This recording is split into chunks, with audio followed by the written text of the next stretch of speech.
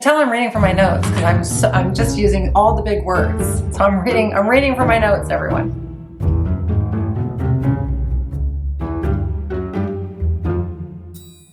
Hi everyone, it's me, Jess.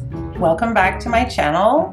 If you're new here, which there might be a few people who are new or are discovering me because of this video, please leave a comment in the comment section below. Say hi, introduce yourselves. Today I'm going to be talking about The Books of Jacob by Olga Tokarczuk, translated by Jennifer Croft. It was a massive undertaking to read this. It's almost 1,000 pages. And I did it with a group of readers who watch this channel. We put together a reading group and read it together, and it was a fantastic experience. And I wanted to take an opportunity to talk about some of the themes and some of my thoughts about the book. The Books of Jacob, or A Fantastic Journey Across 7 Borders, 5 languages, and 3 major religions, not counting the minor sects. Told by the dead, supplemented by the author, and aided by imagination, the which being the greatest natural gift that my compatriots reflect, laypersons gain some understanding, and melancholy souls obtain some slight enjoyment. And thus is the introduction to The Books of Jacob, a monumental historical novel by Olga Tokarczuk. Olga Tokarczuk is a Nobel Prize-winning Polish author. This book, The Books of Jacob, was originally published in Polish in 2014, and it was translated into English by Jennifer Croft, Olga Tokarczuk's longtime translating partner, in 2021. The novel, as I said, spans nearly 1,000 pages and is considered one of Tokarczuk's most ambitious works. The Books of Jacob tells the story of a focal character, a man named Jacob Frank, and is actually based on a person named Jacob Frank, who was alive from 1726 to 1791. So he's a real historical figure who founded the controversial Frankist movement, which was a Jewish messianic cult in the 18th century in Eastern Europe. The narrative follows Frank's rise as a charismatic and enigmatic spiritual leader who challenges Jewish orthodoxy and ultimately converts to Christianity, leading many of his followers to do the same. So the story itself really qualifies as historical fiction, but it also has elements of mysticism and other elements of storytelling that I'm going to get into, other themes that are really interesting that she explores. It's set across a region that is now made up of Poland, the Ukraine, what was the Ottoman Empire, and Austria. The novel is a real blend of fact and fiction, and it creates this really sweeping portrait of the religious, political, and cultural upheavals of that time in that region. It explores a lot of different themes, some of which I want to talk about today, in particularly identity and belief systems, mysticism, but also power and politics and heresy. So it really examines how these radical ideas of the Frankists were able to take root in this society, in this period of transition or flux. The critical reception of The Books of Jacob has been quite positive. It's been praised for its epic scope and intellectual richness. It's often compared to other works by Thomas Mann and other famous authors.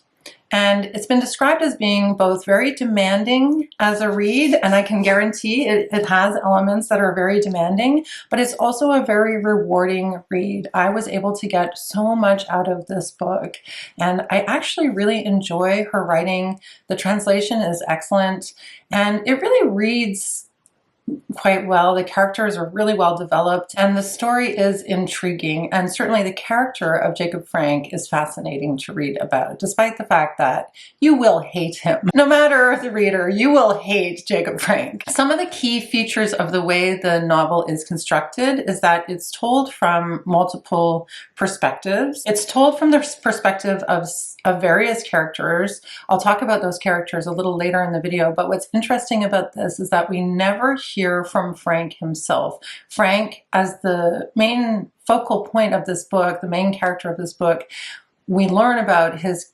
personality and who he is and how he is from the perspective of the other characters in the book. So in that way, it's a very interesting commentary on these very charismatic leaders in society in general, and how well do we really know who they are, what their intentions are. So the characters range from his followers, his enemies, other people in nobility in these different countries who are in power, rabbis, and outsiders, people from outside the sect and outside of Judaism.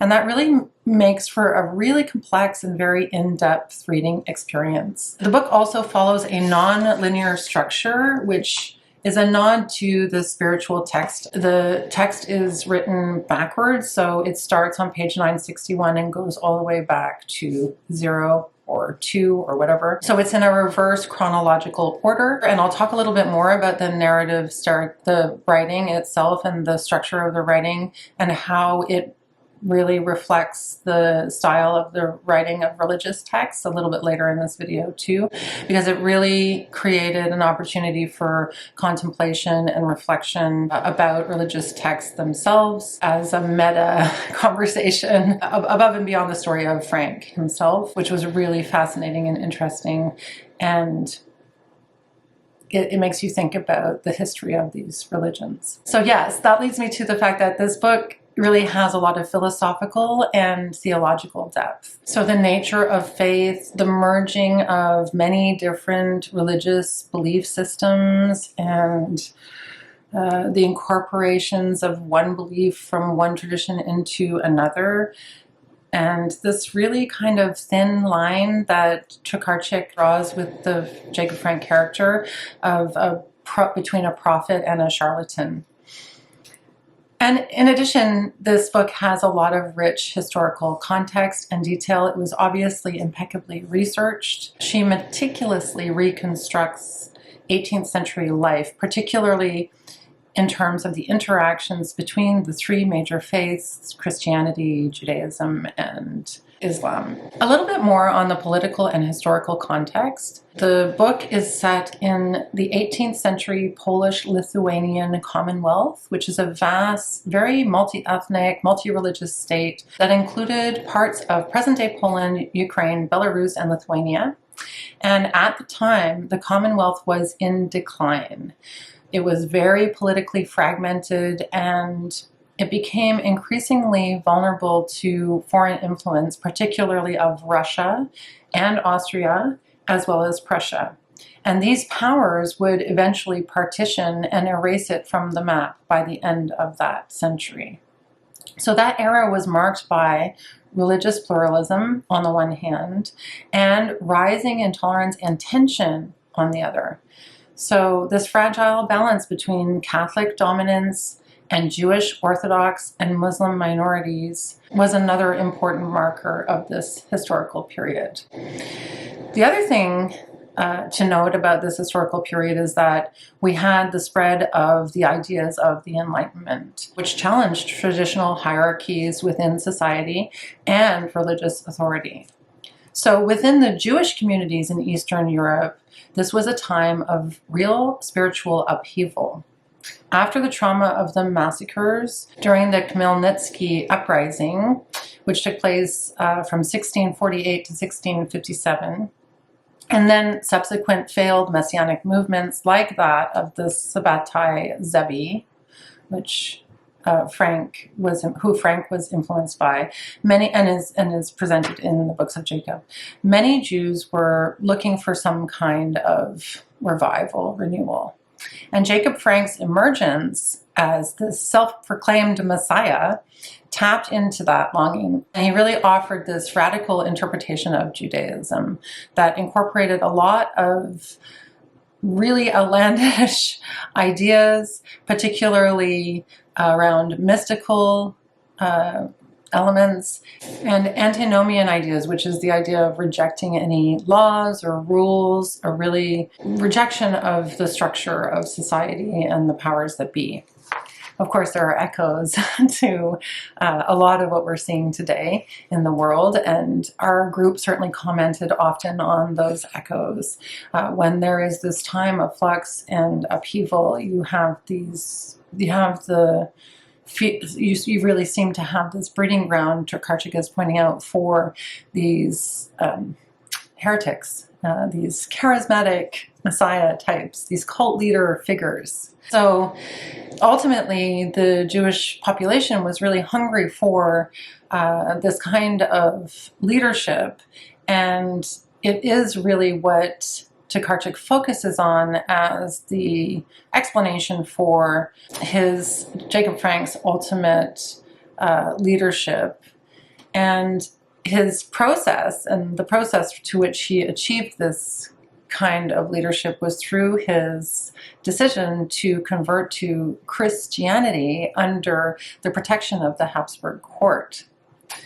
So Tokarczuk uses this moment in history to explore how these charismatic movements arise in periods of uncertainty, how the state and church in particular are institutions that can shape these, in the way that they react to this kind of religious deviance, can shape their success or their failure, and how ideological shifts really reflect larger social changes in the world. In terms of faith and heresy specifically, really at the heart of this novel, there is this tension that lies between orthodoxy and radical belief. And Jacob Frank's teachings challenge established Jewish law and later co-opt aspects of Christianity and Islam, blurring the line between this idea of whether he's a prophet or a heretic. And Tokarczuk really explores how a charismatic leader like Jacob Frank can reshape belief systems, and how societies react to the people who follow them and who defy the spiritual norms of the day. In terms of identity and transformation, the novel has this approach to exploring religion and individual identities through a kind of idea of a fluid identity, this conversion to Christianity, Jacob Frank being Muslim for a period of time.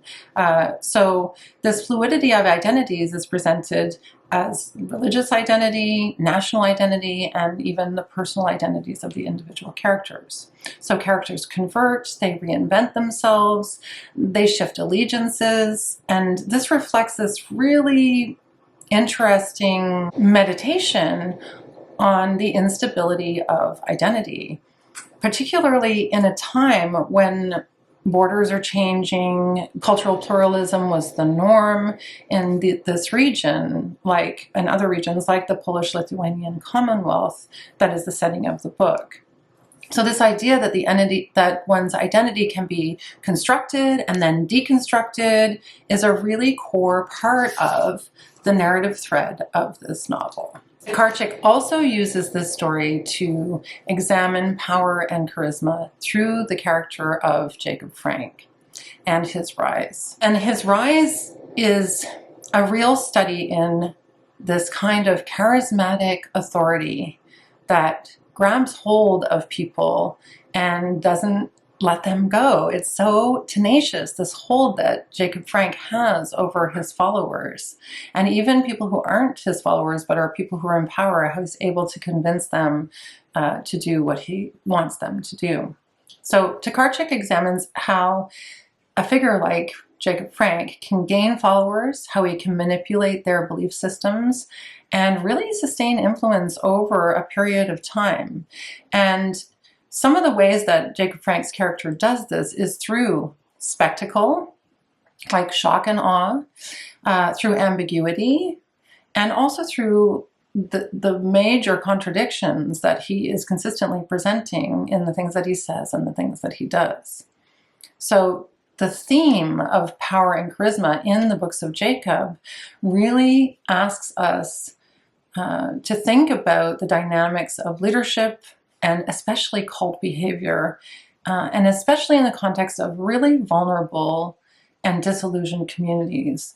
Jewish people who have lost their way, who are poor, who are rejected, who have no home, looking for something to hang on to. You can tell from the reading of this book, and if you've read anything else by Olga Tokarczuk, that she is deeply interested in how history is written, and who controls its narratives. And the book's structure, which is fragmented, it's told in a series of different books, and it's non-linear and it's polyphonic. It really mirrors, in a sense, this uncertainty and the subjectivity or the subjectiveness of what is historical truth.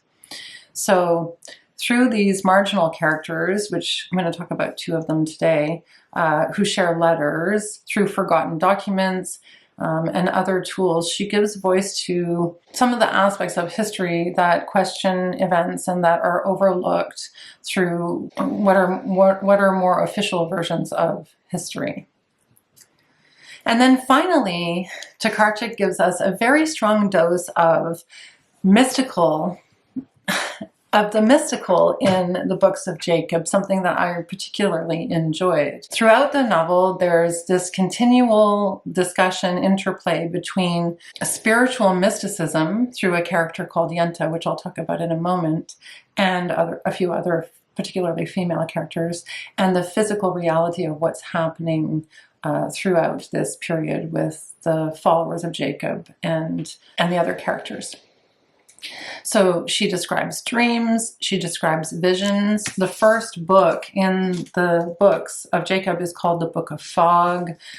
So it has a sense of being veiled behind a mist. And also the esoteric teachings that are sprinkled in throughout the story coexist with the harsh realities of the Jewish people in terms of the poverty that they experience, the disease that they experience. We go through a period of plague, and also the political facts and events of the time. So Tokarczuk is showing us how mysticism is offered as both an escape and also a source of real meaning in a time of really harsh material conditions, but also how it can be used, as it is by Jacob Frank, to justify power or even delusion. So let's talk about some of the characters. We'll start with Jacob Frank. He is the central figure of this story. He's a controversial mystic, you could say, and a self-declared messiah. He represents charisma and power. His leadership style and his personal magnetism that drives this movement really highlights how authority can be constructed. He also represents this tension between faith and heresy, because he embodies this very, very blurred line between spiritual regeneration and what is considered to be a very dangerous deviation from any normal interpretation of the Jewish religion, He also represents identity and transformation. In terms of his personal trajectory through the novel, he goes from being relatively unknown Jewish mystic, eccentric character to a Christian convert under imperial patronage. And then, this really helps as a vehicle for Tokarczuk to look at, as I already mentioned, these different unstable identities that religion can have, that people can have. The second character I want to talk about is Yente. Yente is an old Jewish woman who actually begins our story. It's Yente who is presented to us at the beginning of the story in the prologue. She is presented as a character who sees all. Yente sees all. So she's presented as a mystical character in the narrative who is able to see things from above, and able to see everything happening at the same time, and even into situations that the characters can't see into themselves. She appears at the beginning of the story to be dying, and instead of dying, she remains in this in-between space between living and dying, and observes the events as they unfold from what we can only consider to be a spiritual plane. So she's the vehicle that Tokarczuk uses for mysticism and storytelling. Her semi-omniscient, ghostly kind of presence really connects the mystical elements of the story with the narrative structure. She also represents memory and history. Because she's a witness across time, across the entire span of this novel, she serves as a kind of metaphysical historian, you could say, observing the events outside of the normal flow of life and death. One of my favorite characters in the books of Jacob was Naaman. Naaman was probably the most devoted follower of Jacob Frank, and he was his scribe. Parts of this book are written in Naaman's hand, as in a diary on little scraps of paper, and it was his voice that I really enjoyed the most. Well, I enjoyed a couple of other voices, but I really enjoyed Naaman's voice so much. We are told very early on that because he has this blind faith to Jacob Frank, he can't really be a reliable narrator. We don't know if what he's describing is being described so that Jacob is shown in the most flattering light, or if what he's describing is more close to some kind of truth. So he does represent this idea of blind faith in a cult. He documents Jacob's story, shaping his legend, but in the process of doing that, he also reveals a lot of his own internal conflict. He has tensions between belief and doubt that permeate his notes in the story. His loyalty wavers. Particularly, his loyalty wavers when he begins to see contradictions in Jacob's teachings, and I don't want to give anything away, but Naaman plays a central role in part of the plot as well. His writing really helps to build up Jacob's myth, and it shows us from a meta, if we pull back and look at this from a more meta perspective, Tokarczuk is using this to point out how history is constructed by this kind of selective storytelling or record keeping. Another character who I need to mention is Eva. One of the things that Tokarczuk does throughout the book, which some people might find a little bit confusing, but I think she does it very effectively, is that she has the characters' names evolve over time. So they have Yiddish names, they have English names, they have Russian names. Their names change over time, but she does a good job of keeping us on track of who each character is. And I know there are character guides that are available for people if they want to follow them when they're reading the books of Jacob. I certainly wouldn't let that deter you from reading this story. But back to Eva. So Eva is one of Frank's most loyal female followers, and she is often treated as a sacred figure within the cult. This is one of the interesting aspects of the books of Jacob that we talked about a lot in our group, is that in the belief system or the faith of the cult, in the teachings that Jacob espoused, there was always this idea of a fourth God or a fourth power. There was this idea of a sacred figure being a female figure in this spiritual version of Judaism. And it's also reflected in Kabbalah, in the belief systems within the Kabbalah as well, which I'll get to a little bit later. So she definitely represents women in spirituality in the story, and her role in the Frankist movement in particular highlights how women were both empowered in that movement and praised and held on the same level as men, but they were also exploited in some of the scenes in this radical religious sect. So it's very cult-like in terms of the way women were treated. Eva's body itself really becomes a symbol. It's a symbol of purity on the one side and also sacrifice on the other. There is this idea that Tokarczuk is presenting as the idea or the theme of the body as a site of religious meaning. A lot of the rituals that take place in the Frankist community have to do with women and sex and bodies. So be prepared for that. One of my other favorite characters is a character named Asher Rubin, who is a rationalist Jewish doctor who is very skeptical of Frank, but he does become entangled in the movement. For us as readers, Asher represents reason in contrast to belief. So he symbolizes elements of Enlightenment skepticism, and that struggle between rational thought and mystic fervor is presented through his character and a couple of other characters. He also really represents an outsider's perspective because he never becomes part of the cult. Ultimately, he lives a more normalized life in this period, but he is still Jewish and he still is the doctor to people within the cult.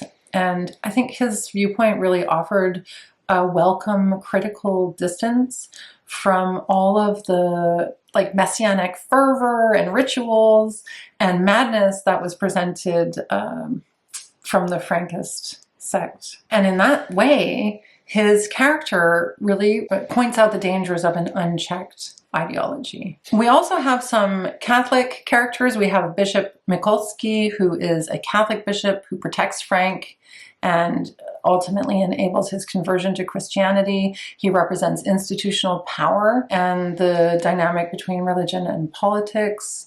How spiritual questions of the time were deeply entangled with imperial ambitions and ecclesiastical ambitions. And then we also have these two really wonderful characters that a lot of people in my reading group really fell in love with. We have Elżbieta Druzbaka, who is actually a poet, an intellectual, and a chronicler. We have letters exchanged between her and another character named Father Benedict Chmielowski. I have a hard time saying his name. Elżbieta is actually loosely based on a real historical figure who was a real Polish Baroque poet, which I've discovered from doing the research for this video. And in Tokarczuk's novel, she is kind of reimagined as a very deeply reflective and skeptical character, and she again represents this outsider's view, a rational Enlightenment influence counterweight to that mythical fervor of the Frankist movement. She's very rational and observant. She kind of acts as a witness to history, and she's not swept up, obviously, in Jacob Frank's religious charisma, but instead watches from the sidelines, and she has a cool, ironic eye. The parts of the book that include her letters and observations in this exchange are very, very funny. And she also gives it a gendered insight. So as a woman and an intellectual in this very masculine world, she is presenting this navigation of, internal resistance, cultural expectations, and that really adds depth to the skeptical comments that she makes. So she really is, I think, the representation of the Enlightenment in the story. The idea that knowledge, order, and language can preserve truth. So documentation is also represented by her character. We also see that she's limited by these tools, and she's often standing outside of the mysteries she's trying to explain through her letters. And then we have Father Benedict. He is also another historical figure that is reimagined by Tokarczuk. In real life, he was the author of one of the first Polish encyclopedias. And in the novel, he's a priest, a writer, and a compiler of knowledge, best known for his real-life quote, "What is not in the dictionary is not in the world." He's very naive, but very earnest. A lot of people in my reading group really loved his character. He is kind of simplistic, and it's very touching. He believes in the order of things and his faith in organizing and categorizing knowledge. It sort of borders on being even a little bit childlike and innocent. He attempts to document and understand everything through encyclopedic method, and he's obsessed with knowing the world by naming and organizing it. This is clearly a commentary on the way that we understand the world in which we live. That's a different kind of understanding than a religious one. So these two also offer us a lot of comic relief, as I mentioned, particularly Father Benedict. He is sometimes very, very funny, and his character is very sympathetic. So he represents this limit on knowledge and intellectual knowledge and classification and facts and figures. He really believes in them, but we're constantly presented that he can't really understand the reality of what's going on in the world around him, particularly the psychological and the spiritual and the mystical, that those ideas really escape him. So both of these characters, these last two characters, are really outside They're really outsiders to Jacob Frank's world, yet they're deeply affected by it. And they stand in contrast to the irrational Jacob, the mystical and seductive force of his movement. Tell I'm reading from my notes because I'm just using all the big words. So I'm reading from my notes, everyone. The last thing I'm going to talk about when it comes to the books of Jacob is something that I was really fascinated by when I was reading the book in my group. It's the idea of the 4 levels of reading, which is a part of the Kabbalist tradition. It's a particular interpretation of Jewish texts, and it's a Jewish system. Cabalism is a mystical Jewish system, and it reflects a more mystical and layered approach to understanding sacred texts and ultimately reality itself, our experience of life outside of God. And I became very interested in this. I went down a very long Kabbalah rabbit hole at the beginning of this. The people who read with me can attest. But I just wanted to talk about the 4 levels of interpretation, both in Kabbalah and also subtly mirrored in Tokarczuk's test. Well, actually, sometimes not so subtly. Basically, the idea is that we have these 4 levels of meaning or understanding.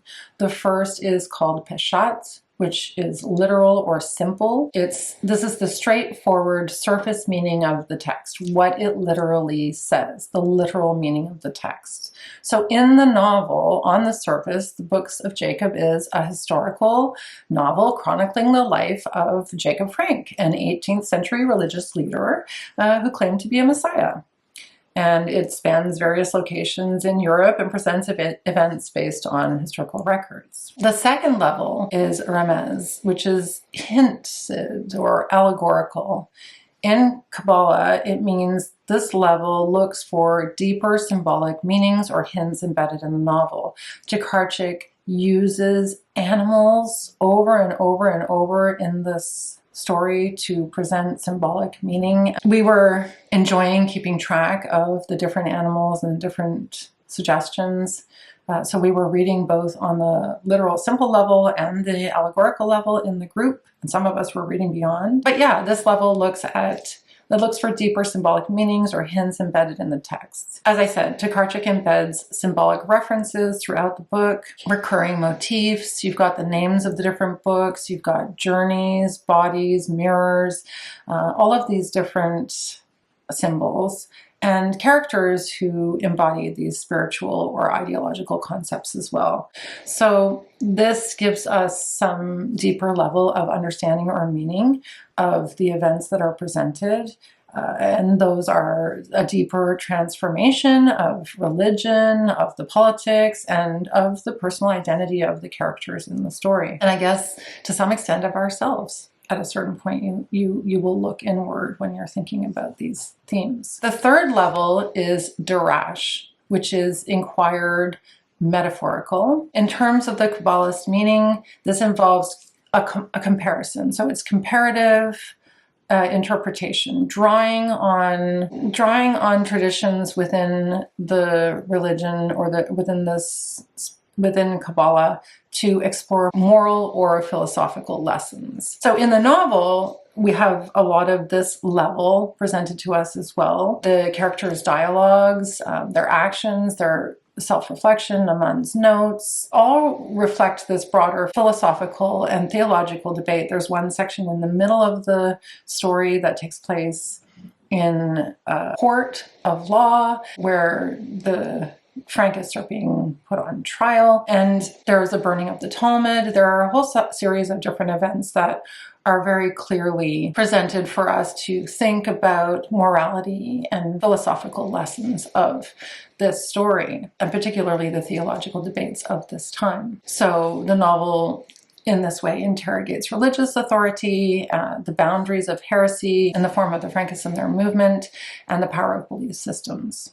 So we're asked, we don't have to meet the book or the text there, but the text presents us with an opportunity to analyze those themes beyond the plot of the story. And then finally, the fourth level is Sod, the secret or the mystical.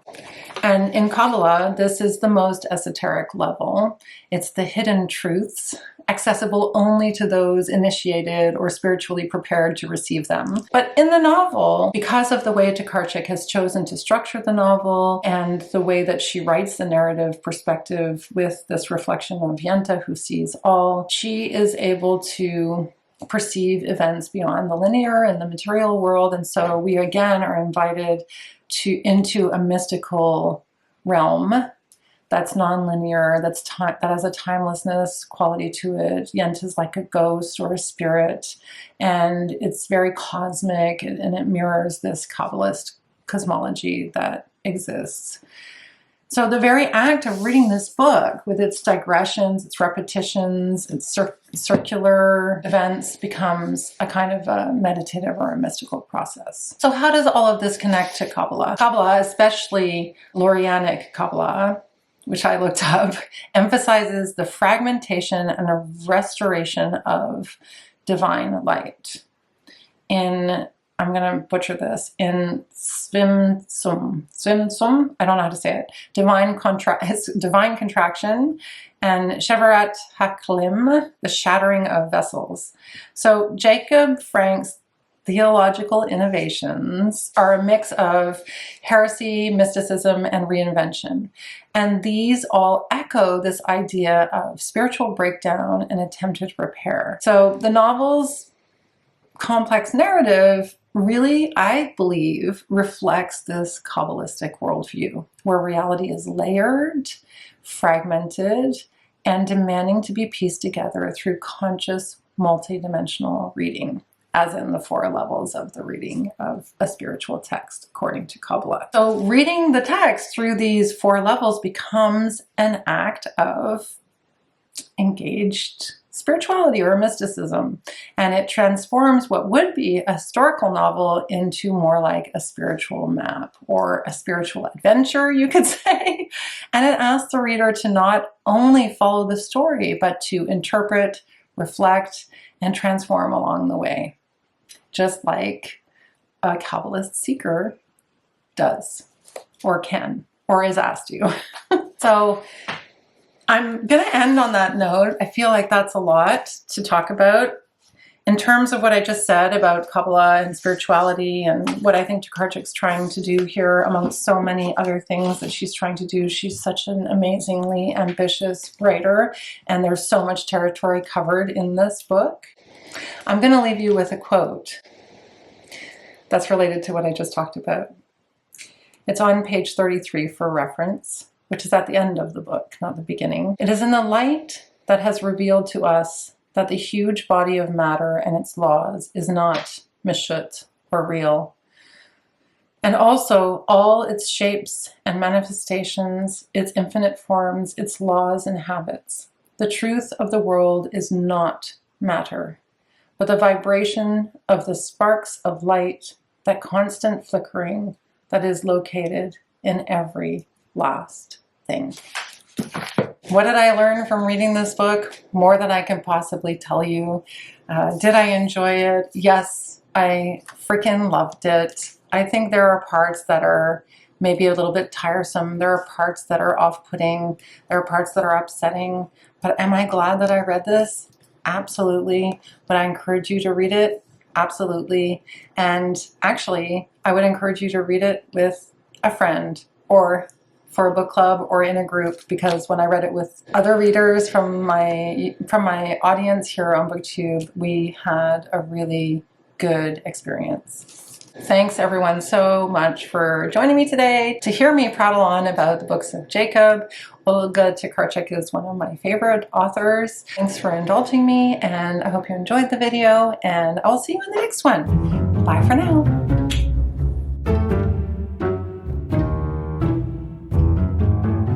And aided by imagination of any person, that the wise might have it for a record, that my compatriots, fuck Nola,